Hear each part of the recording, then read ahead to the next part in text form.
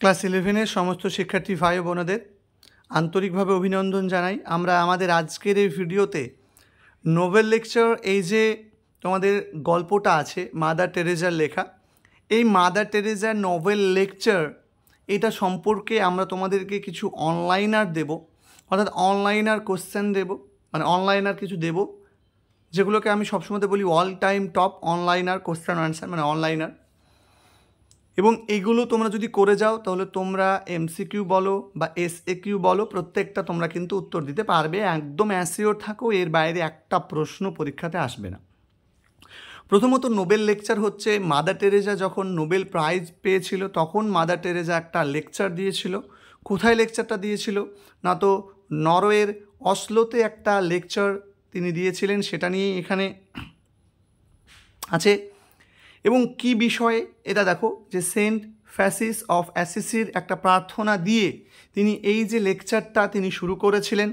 তাহলে যে প্রেয়ারটা দিয়ে শুরু করেছিলেন সে প্রেয়ারটার নাম কি সেটা বলে দিলাম, ঠিক আছে।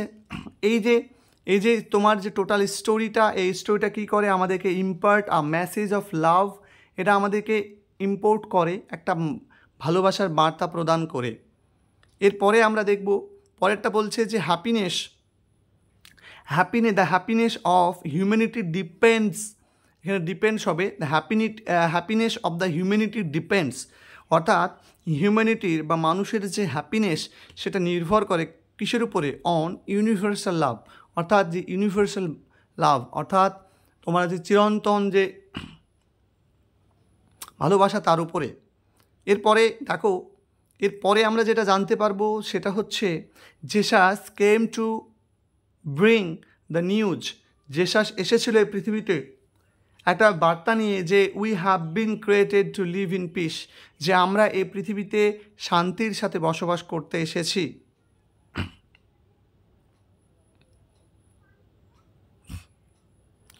এরপরে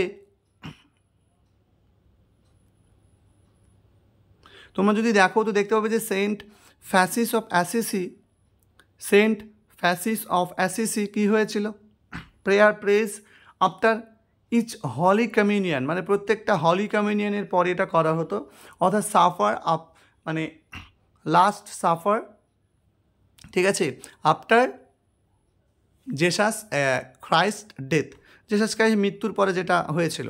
তো এটা কবে লেখা হয়েছিল দেখো, কম্পোজড অ্যারাউন্ড, লেখা হয়েছিল 400 or 500 ইয়ার্স এগো, আজ থেকে 400 বা 500 বছর আগে এটা কি করা হয়েছিল, এটা কিন্তু লেখা হয়েছিল।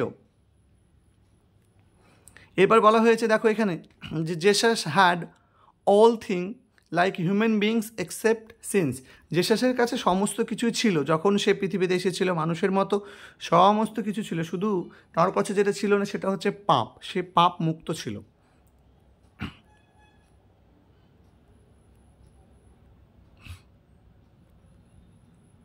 আচ্ছা, এরপরে বলে দিয়েছে Jesus was given to the womb of virgin Mary, জেসাসকে পাঠানো হয়েছিল ভার্জিন মেরি, কুমারী মাতা মেরির উম্বে পাঠানো হয়েছিল, গর্ভে পাঠানো হয়েছিল। God gave his son, god তাকে তার সন্তান রূপে পাঠিয়েছিল, as he love this world, কারণ সে পৃথিবীকে ভালোবাসে অনেক বেশি। তারপর বলছে ভার্জিন মেরি কে ছিল, সেটাও এখানে দেখো একটা পরিচয় দিচ্ছে, ভার্জিন মেরি কাজিন অফ কার, এলিজাবেথের কাজিন ছিল। তারপরে যে আনবর্ন চাইল্ড, যখন এই ভার্জিন মেরির গর্ভে জেসাস ক্রাইস্ট এসেছিল, এই খবরটা যখন মেরি তার কাজিন এলিজাবেথকে জানাতে গিয়েছিল, তখন এই এলিজাবেথের উম্বে থাকা যে আনবর্ন চাইল্ড, যে শিশুটা তখনও জন্মগ্রহণ করেনি পৃথিবীতে, সে কিন্তু আনন্দে লাফিয়ে উঠেছিল, সেটা এলিজাবেথ কিন্তু সেটা বুঝতে পেরেছিল।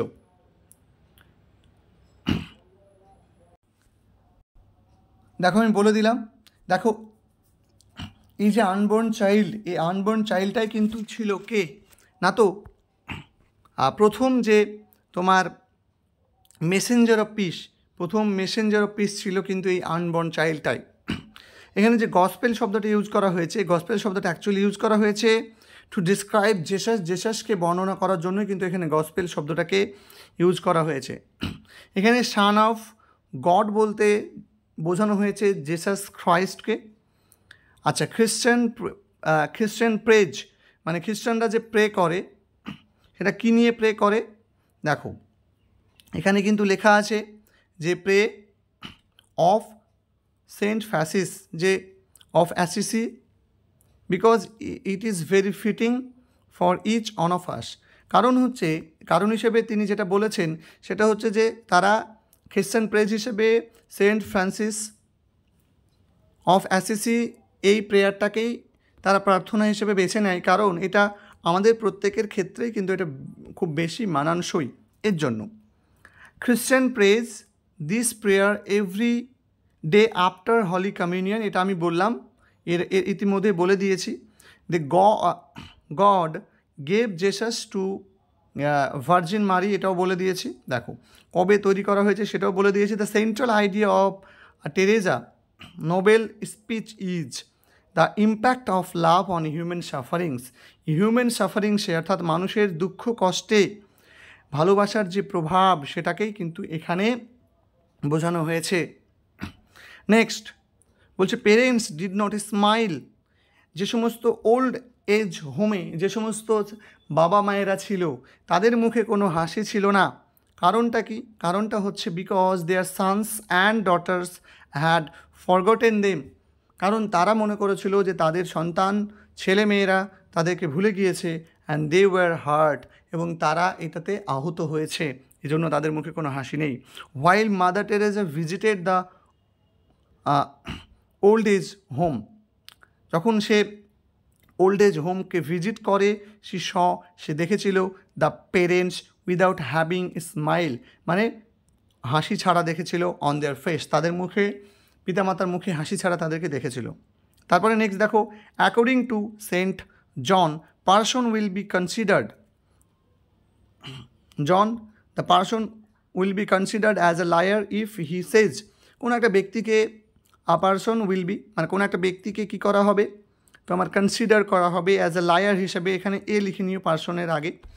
ইফ হি সেজ, সে যদি বলে he loves god but does not love his neighbours, যদি সে বলে যে সে তার প্রতিবেশীকে ভালোবাসে না কিন্তু ঈশ্বরকে ভালোবাসে, তাহলে সে একজন মিথ্যাবাদী হিসেবে তাকে ধরা হবে। কার মতে অনুযায়ী? অ্যাকর্ডিং টু সেন্ট জন, মানে সেন্ট জন মত অনুযায়ী। জেসাস ক্রাইস্ট, এখানে ক্রাইস্ট বানানে একটু গণ্ডগোল আছে, তোমরা CHRIST লিখবে। Jesus Christ became a man in all thing except sins, এখানে এটা আমি বলে দিয়েছি, এটা বিকেম হবে, ওকে, এর আগে বলে দিয়েছি। The man of each have been created to love and beloved, ঠিক আছে। দেখো ভালোবাসা এবং ভালোবাসা দেওয়ার জন্য কিন্তু এই পৃথিবীতে প্রত্যেকটা মানুষকে তৈরি করা হয়েছে। Everybody was looking towards the door as they were waiting for their sons and daughters, প্রত্যেকে দরজার দিকে তাকাচ্ছিল, কারণ তারা ভাবছিল, তারা অপেক্ষা করছিল তাদের ছেলে মেয়েদের জন্য। Here poverty means wants of love, এখানে প্রভার্টি বলতে বোঝানো হয়েছে ভালোবাসার যে অভাব সেটাকেই। Smile is the beginning of love, মানে ভালোবাসা হচ্ছে, মানে হাসা হচ্ছে ভালোবাসার, is the beginning of love, ভালোবাসার শুরু, হাসি থেকে ভালোবাসার শুরু হয়। We find Jesus among the hungry, naked, the homeless, the sick, the lonely and the unwanted, আমরা কাদের মধ্যে জেসাসকে খুঁজে পাবো সেটা বলে দিয়েছে, যে যারা ক্ষুধার্ত, যারা নেকেড, যারা অসহায়, যারা অসুস্থ, যারা একাকী বা যারা আনওয়ান্টেড, যারা অপ্রত্যাশিত, তাদের প্রত্যেকের মধ্যে আমরা জেসাসকে খুঁজে পাবো। Teresa found grief stricken parents in old age home, মানে গ্রিফ স্ট্রাইকেন মানুষদেরকে পেয়েছিল কোথায়? না তো ওল্ড এজ হোমে তাদেরকে পেয়েছিল, ওকে। এরপরে দেখো, smile is the beginning of লাভ, এটা তো বলে দিয়েছি। উই ফাউন্ড জেসাস অ্যামং, আচ্ছা তোমাদের এই হচ্ছে মোটামুটি আমাদের আজকের ভিডিওটা। আমি এখানে বেশ কিছু তোমাদের সঙ্গে আলোচনা করলাম, আমি এরকম করে বেশ কয়েকটা পার্টে তোমাদেরকে ভিডিও আমি প্রোভাইড করব। নেক্সট দিন আমি তোমাদেরকে আরও 2টো পেজ শেয়ার করব, 2 থেকে 3টে পেজ শেয়ার করব, সেখানে গুরুত্বপূর্ণ কিছু লাইনস তোমাদের সঙ্গে তুলে ধরবো, যেগুলো থেকেই তোমাদের আপকামিং এক্সামে প্রশ্ন আসবে। তো ভিডিওটা কেমন লাগলো তোমরা একটু জানিও। আর যদি তোমাদের নোবেল লেকচার বুঝতে কোনো অসুবিধা থাকে আমাকে বলো, আমি নোবেল লেকচারটা তোমাদেরকে বুঝিয়ে দেবো। বাট মূল যে অংশটা, মূল যে জিস্টটা, সেটা আমি তোমাদের সঙ্গে এখানে কিন্তু আলোচনা করে ফেলেছি। তো দেখা হচ্ছে তোমাদের সঙ্গে পরবর্তী ভিডিওতে। ততক্ষণ পর্যন্ত তোমরা প্রত্যেকে ভালো থেকো, সুস্থ থেকো, সুন্দর থেকো। আর যারা পিডিএফটা চাও তারা অবশ্যই আমাদের টেলিগ্রাম চ্যানেলে যুক্ত হয়ে যাও। সেখানে আমরা আমাদের আজকের ভিডিওর যে পিডিএফ, সেটা কিন্তু আমরা তোমাদেরকে সেখানে পিডিএফ হোক বা তার ফটো হোক আমরা কিন্তু প্রোভাইড করে দেবো, তোমরা যাতে খাতাতে সেটা লিখে নিতে পারো। ধন্যবাদ।